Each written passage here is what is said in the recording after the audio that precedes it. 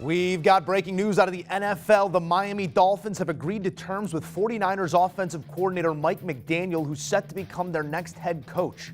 McDaniel, who turns 39 next month, was the OC in San Francisco this season after serving as the run game coordinator from 2017 through 2020. He replaces Brian Flores, who was fired by the Dolphins in January and is now suing the league and 3 teams alleging discrimination.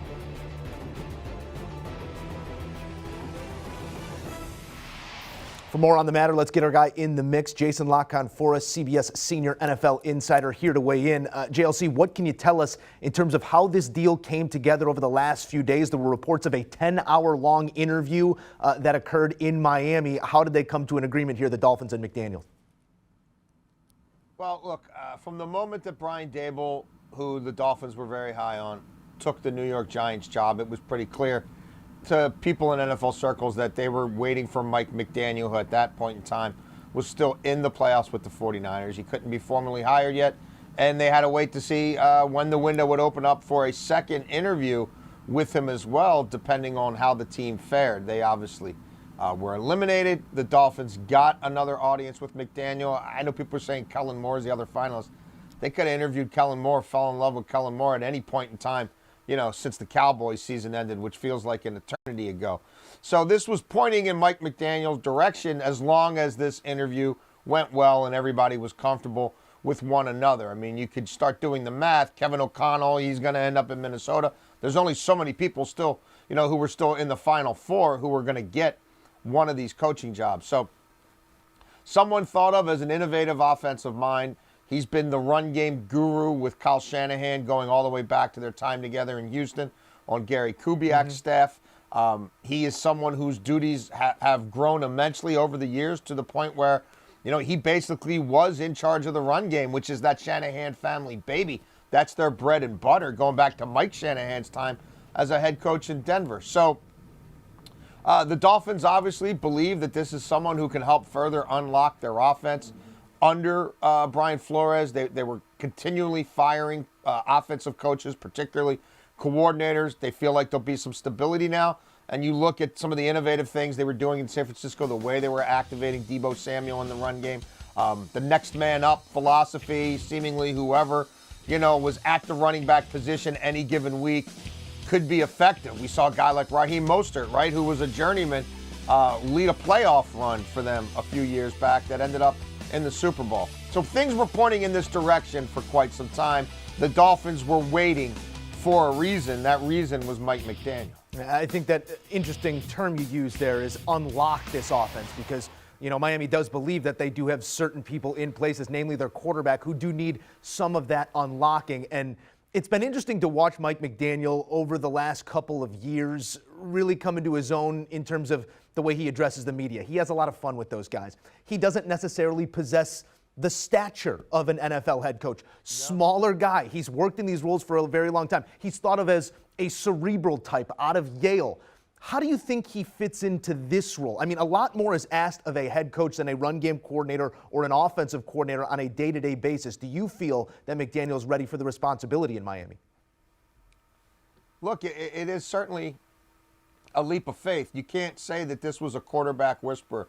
You can't say that this is a master play caller. You look at reasons why people get hired and get hired relatively quickly and at relatively young ages in this league. He doesn't check those boxes. So there's certainly risk involved. He's certainly become more self-aware over the years. This is someone who, has had some difficult stints at other places along the way. And seems to have certainly matured and grown as a person and as a coach. But to be the leader of all 53 men and in the offseason, 90 men, and to be able to connect with all of them and put a staff together and put out all the fires, and you're going to be pulled in so many different directions. And it's going to feel at times like my main thing, which is trying to scheme up the best run game in the league. I don't even get to that most of the day because there's so many other things I have to do just to keep this thing on the tracks. And let's face it, he's not going to a franchise that has any recent history. I mean, you could by recent, I mean, I don't know, since Dan Marino, of being a consistent, sustained winner of really competing year in, year out within the division, within the conference, and dare I say it, within the league. That's not been the rule under Stephen Ross. So, and even before that. So, this is going to be a difficult challenge. There's no two ways about it. It's a team that's made some strides, but it's a team that's going to need a lot of work, in my estimation, if we're going to be talking about them as one of the elite teams in the AFC when you look at all these other quarterbacks in the conference. You know, you see the resume there a moment ago, and it speaks to the credit of the way he has worked his way up through the ranks to this moment to now have a head coaching opportunity. And anyone who talks about this guy sings his praises publicly. I mean, we saw Robert Saleh at the Senior Bowl a day ago drooling over McDaniel and his credibility as a head coach. He said, I hope he doesn't come to my division if it does come to that, and here it has. How is he regarded around the league, not just as a head coach, but as a guy in the room putting together a winning formula? Well, look, his forte has been the run game, and they've had a ton of success. I mean, in Washington, just go to the different stops. Houston, Washington, Cleveland, Atlanta, San Francisco. So that stuff works, but I don't know that you're running your way to a Super Bowl in the AFC with the quarterbacks that you're up against. And, you know, what's the defensive staff look like? And what are the philosophies on that side of the ball? There's no doubt that this guy is very bright, very energetic. But a lot of these moves fail. So I don't know that I or anybody else can tell you, you know, that this is a lock, this is a sure thing. I mean, that's nice what Robert Saleh's saying. Robert Saleh might be fighting for his job 9 months from now. Like, it's you know, we're going to see over time the McVay-Shanahan thing. They're not all going to work out. It's not all going to be like LaFleur in Green Bay. And I got news for you. If number 12's not back in Green Bay, LaFleur's not winning 14 games next year either. So, can they marry personnel and you know, McDaniel and Greer, that relationship, coach and GM, what does that look like? There's always been tension. There's always been turmoil in that building. It's just been the way it's been for a long time. Maybe these guys can end it, but I'm old enough to remember when they told me Flores and Greer, well, they're both Patriots guys and it has to work and they both like each other. And the power play was on within 18 months. So I don't know. JLC, you make nothing but great points there, and time is the variable that will tell the story here for McDaniel if he can get things turned around in Miami. But we do have to talk about the San Francisco situation, because you talk about the air in the building. The air's real good in San Francisco, and it has been for quite some time. As someone who spent some time in that building around that team, a lot of positivity. What do they lose here in McDaniel? Any steps back? Any questions in terms of the development of their young quarterback or that offense, specifically, as you put it here, the run game? Yeah, I mean, look, he and Kyle have a great relationship. They're able to put their heads together, and they felt like the two of them could figure anything out, developing a game plan, a way to attack a defense on any given, you know, weekend, so, or Thursday or whatever. So he loses, Kyle does, someone he would look at as one of the best offensive minds in football, one of just the best minds in football, someone who he's shared a strong personal relationship with. They've literally grown up together. So it's like losing your closest confidant, losing a really close friend, losing someone who you speak, you know, there's shortcuts. They can look at each other. It's sort of like a quarterback-wide receiver relationship. They give each other a look on game day or in a film room or whatever. It says 1,000 words.